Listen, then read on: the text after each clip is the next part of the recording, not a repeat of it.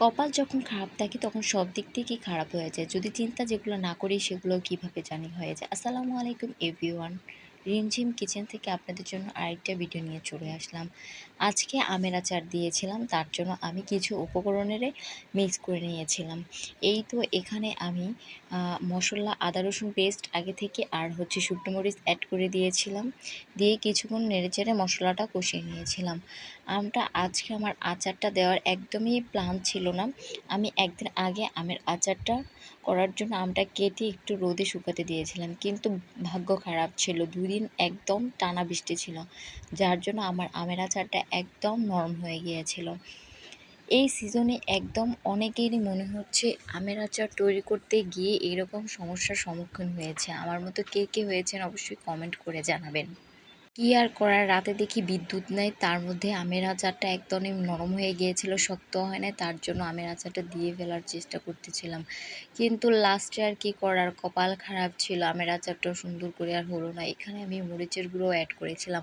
আমি আমের আচারটা একটু ঝাল ঝাল করতে চেয়েছিলাম, তার জন্য আমের আচারটাকে একটু ঝালের পরিমাণটা একটু বেশিয়ে দিয়েছিলাম।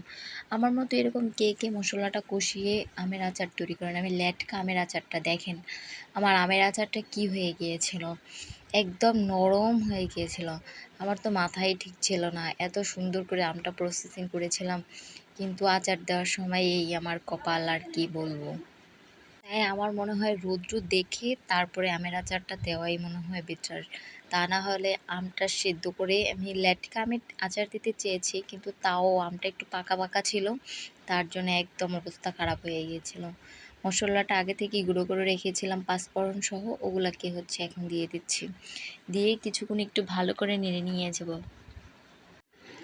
অনেকক্ষণ জাল করেছিলাম, জাল করে আস্তে আস্তে শক্ত করে ফেলেছিলাম। চিনিটা আমি পরে অ্যাড করেছিলাম, প্রথমে অ্যাড করতে চাইনি, কারণ আমার মনে হয়েছিল যে প্রথমে অ্যাড করলে চিনিটা এমনিতেই গলে আরও বেশি ল্যাটকা হয়ে যাবে, আর আমটা একটু মিষ্টি ছিল, যার জন্য আমার মনে হয়েছে মিষ্টির টেস্টটা দেখে তারপরে আমটা অ্যাড করব।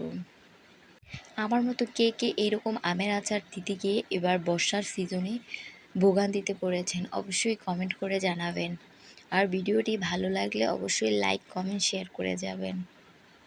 ভিডিওটি দেখে ফলো বাটনে ক্লিক করে আপনাদের ভালোবাসা দিয়ে আমাকে সাপোর্ট করে পাশে থাকার সুযোগ করে দিবেন। আল্লাহ হাফেজ।